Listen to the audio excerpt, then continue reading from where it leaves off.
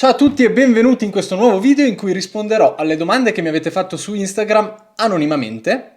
Quindi se ancora non mi segui su Instagram questo è un ottimo momento per farlo, così che la prossima volta che farò un Q&A o qualcosa di simile anche tu lo saprai e potrai farmi tutte le domande che vorrai. Direi che possiamo iniziare e vediamo le domande a cui sarò sottoposto.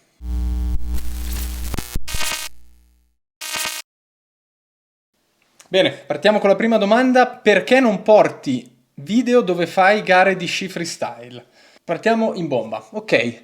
Allora, non porto video in cui faccio gare di sci freestyle, o meglio, non lo faccio più, lo facevo prima quando i video erano in inglese, vi lascio qui sopra, non mi ricordo mai se è da questa o da questa, qui secondo me. Vi lascio qui sopra la scheda, qui in alto, così potete andare a vedere uno dei video che ho fatto su una gara che ho fatto ormai nel lontano 2019. Vi lascio qui la scheda, almeno potete andare a guardarlo. E non faccio più video sulle gare di freestyle perché non faccio più gare di sci freestyle. Questo è, diciamo, il motivo principale. Mi sarebbe tanto piaciuto portare dei video, o meglio, iniziare prima a fare i video sulle gare in italiano e portarvi un po' di quell'esperienza. Purtroppo non faccio più gare, poi vi spiegherò il motivo. Mai novetto. No, mai fatto, ci ho pensato tante volte, ma ci sono delle problematiche non indifferenti, tra cui, siccome le cabine salgono e scendono e sono abbastanza vicine, si vedrebbe tutto, per cui no, non l'ho mai fatto. Le gare in macchina te le paga tutte il Papi?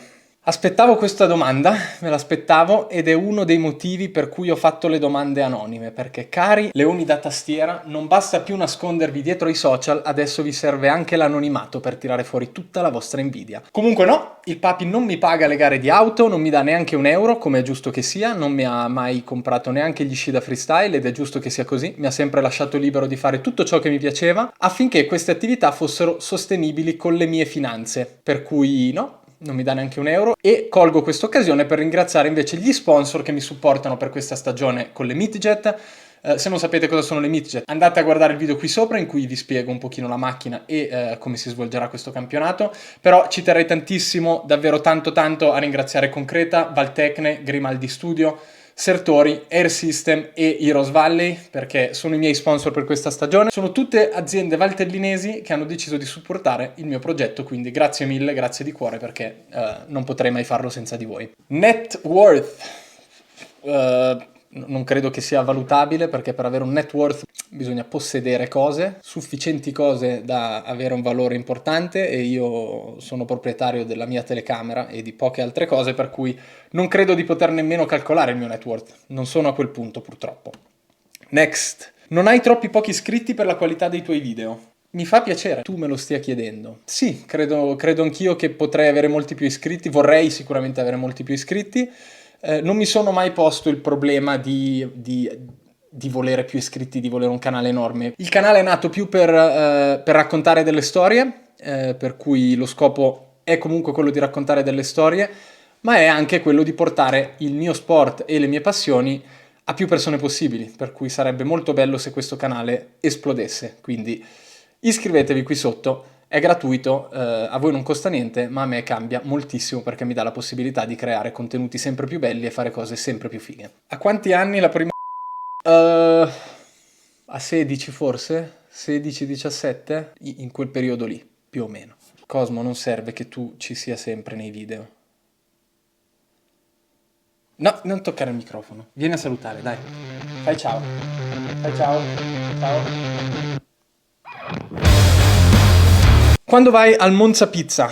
Ormai è tanto tempo che ci voglio andare, ma a parte che questa non è una domanda scomoda, è tanto tempo che ci voglio andare ma non ho mai avuto il tempo di andarci. Credo che quest'estate sarà l'estate giusta. Ti sei mai chiesto perché hai scelto di fare questa vita? No, onestamente non me lo sono mai chiesto e non credo neanche di aver scelto in realtà, come se ci fossi caduto dentro. Lo sci è sempre stato parte della mia vita fin da quando sono nato. La mia famiglia fa quello di lavoro, mio papà era un maestro di sci, poi si occupa di impianti di risalita, per cui ci sono proprio cascato dentro. Tutto quello che è successo dopo è un po' una conseguenza di queste cose. Prima lo sci club, come tutti fanno a Livigno, poi il periodo della ribellione che mi ha portato a iniziare a fare freestyle e così via, quindi non c'è stato un momento in cui ho scelto di fare questa vita, è stata un po' una conseguenza di tante cose, ma sono contentissimo che sia così. Ma un po' di su questo canale? Questa è una domanda molto interessante e la risposta è Non ce n'è. Boh, provvederemo, credo. Perché hai venduto l'R8?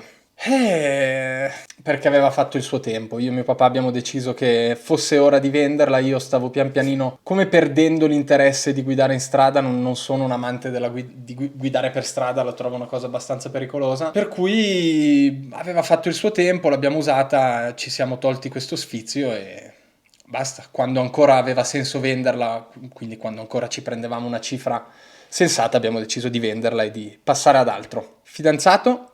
Sì, sono fidanzato, mi dispiace ragazze che speravate in una risposta diversa, sono fidanzato. Sei ancora vergine. Volevo aspettare il matrimonio, veramente, ma poi qualcosa è andato storto e niente. No, non sono più vergine. Porterai mai su YouTube un video di freestyle pazzo sugli sci?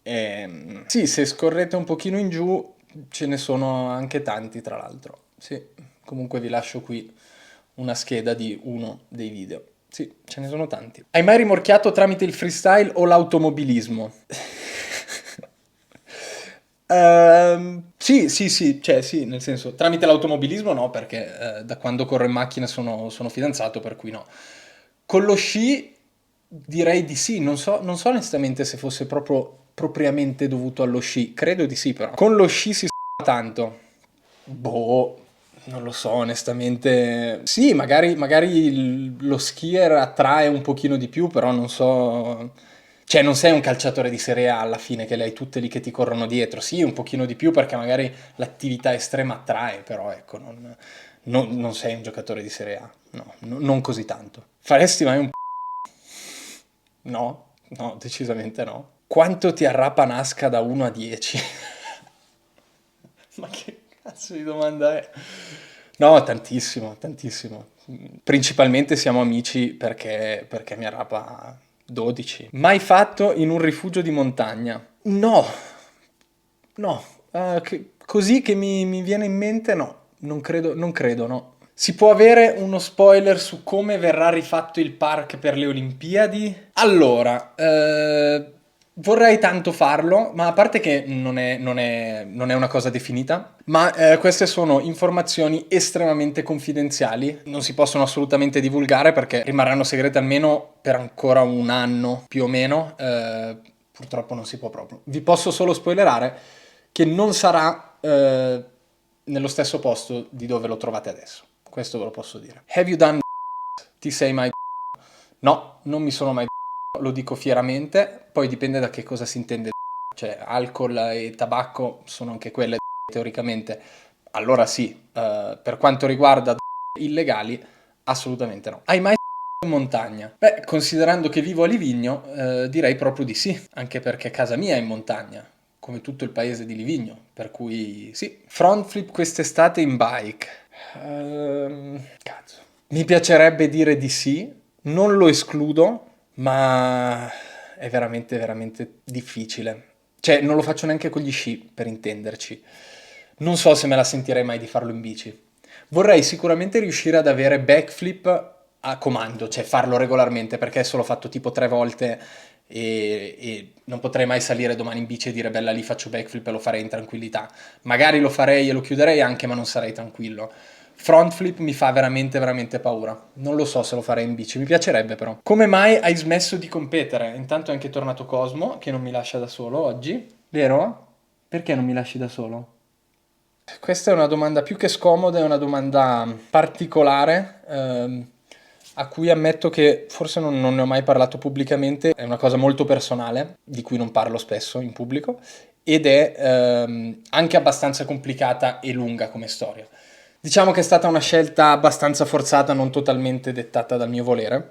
Comunque, in sintesi, avevo un allenatore, lui è andato via durante il Covid per motivi familiari, io anche stavo attraversando un periodo un po' particolare della mia vita per cose familiari e praticamente mi sono allenato per un anno da solo, anche abbastanza bene, ma ciò che non dicono mai è che è vero che la motivazione, il volere fa tantissimo, ma l'allenatore serve proprio in quei momenti, nei momenti in cui tu sei estremamente motivato, e serve per dirti, ehi, fermati, forse non è il momento di fare questa cosa, forse devi riposarti, forse ti stai allenando troppo o forse ti stai allenando male. Nel mio caso erano un po' tutte queste cose messe insieme, mi stavo allenando bene a livello produttivo ma male a livello puramente pratico, cioè stavo facendo delle cose che non andavano bene per una carriera a lungo termine e le stavo facendo troppo velocemente e forzandomi troppo, senza accorgermene, per cui sono andato in burnout totale, sono arrivato a un punto in cui non riuscivo più a fare niente di quello che facevo normalmente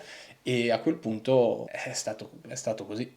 Quando vai in burnout non capisci più niente, perdi completamente la motivazione, diciamo che da lì ho dovuto un pochino resettare e trovare nuovi stimoli e nuove cose da fare. Quali sono le tue entrate fuori dal mondo YouTube, quindi tolte visualizzazioni e sponsor? Allora, partiamo dalla più semplice. Allora, a parte che escludere le visualizzazioni di YouTube e la monetizzazione non è che cambia granché perché da YouTube non è che ci guadagno tanto. Io negli ultimi 365 giorni su YouTube ho fatto 740.000 visualizzazioni che sembrano moltissime ma in realtà non sono così tante. Mi piacerebbe farne molte ma molte di più.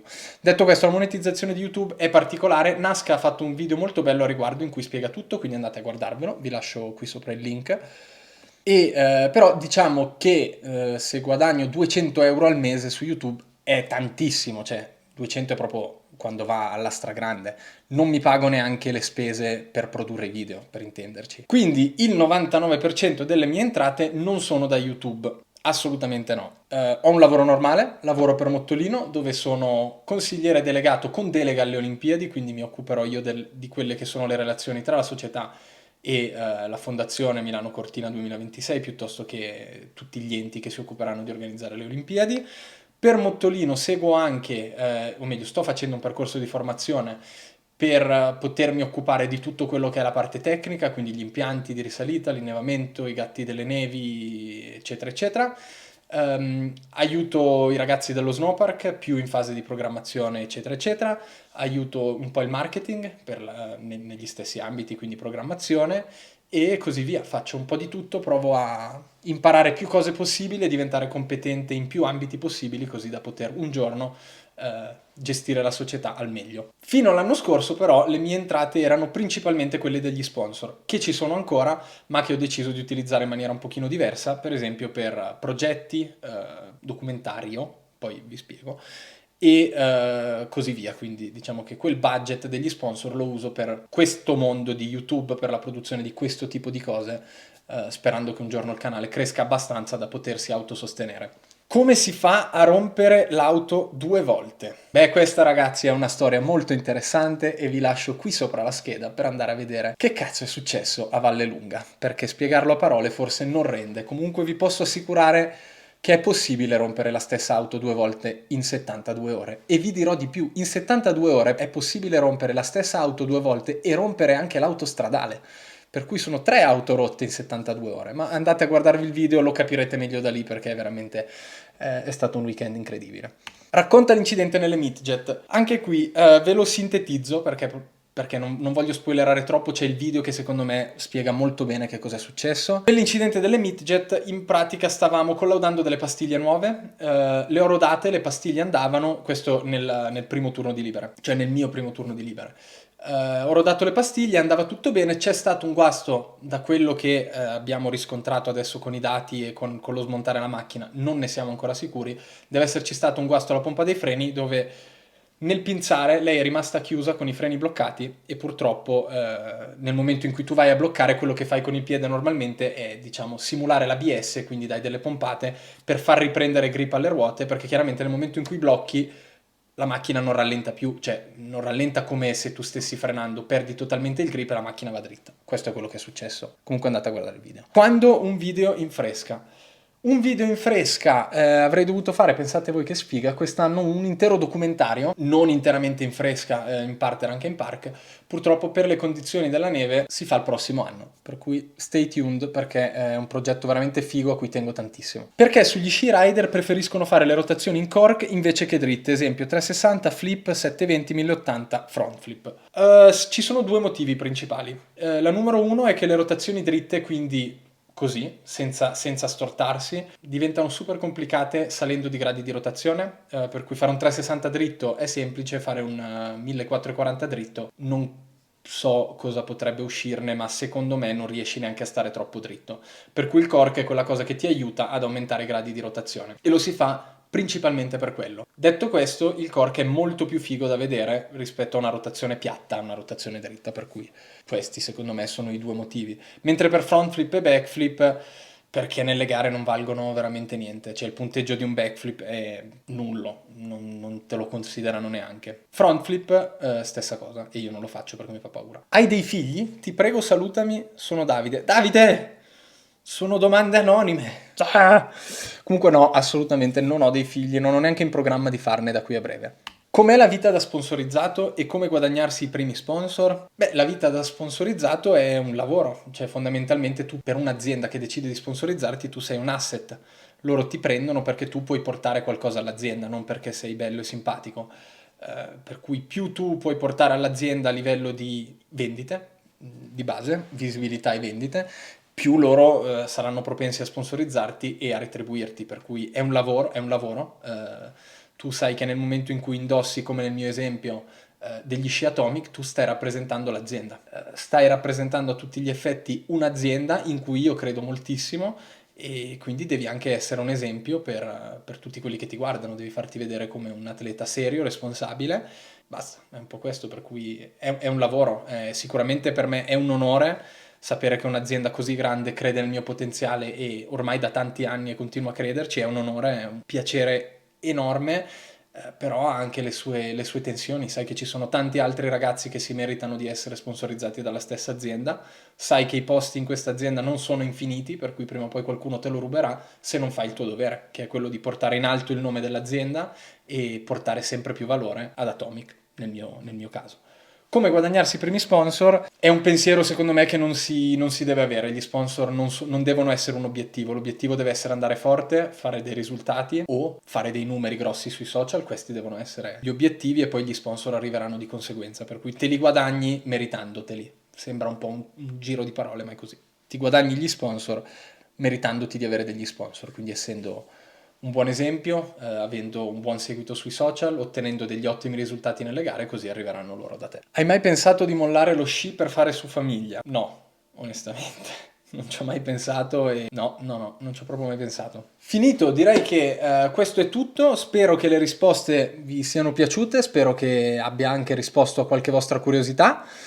Come al solito lasciate un commento e un like, iscrivetevi al canale, ci vediamo nel prossimo video. Ciao ciao!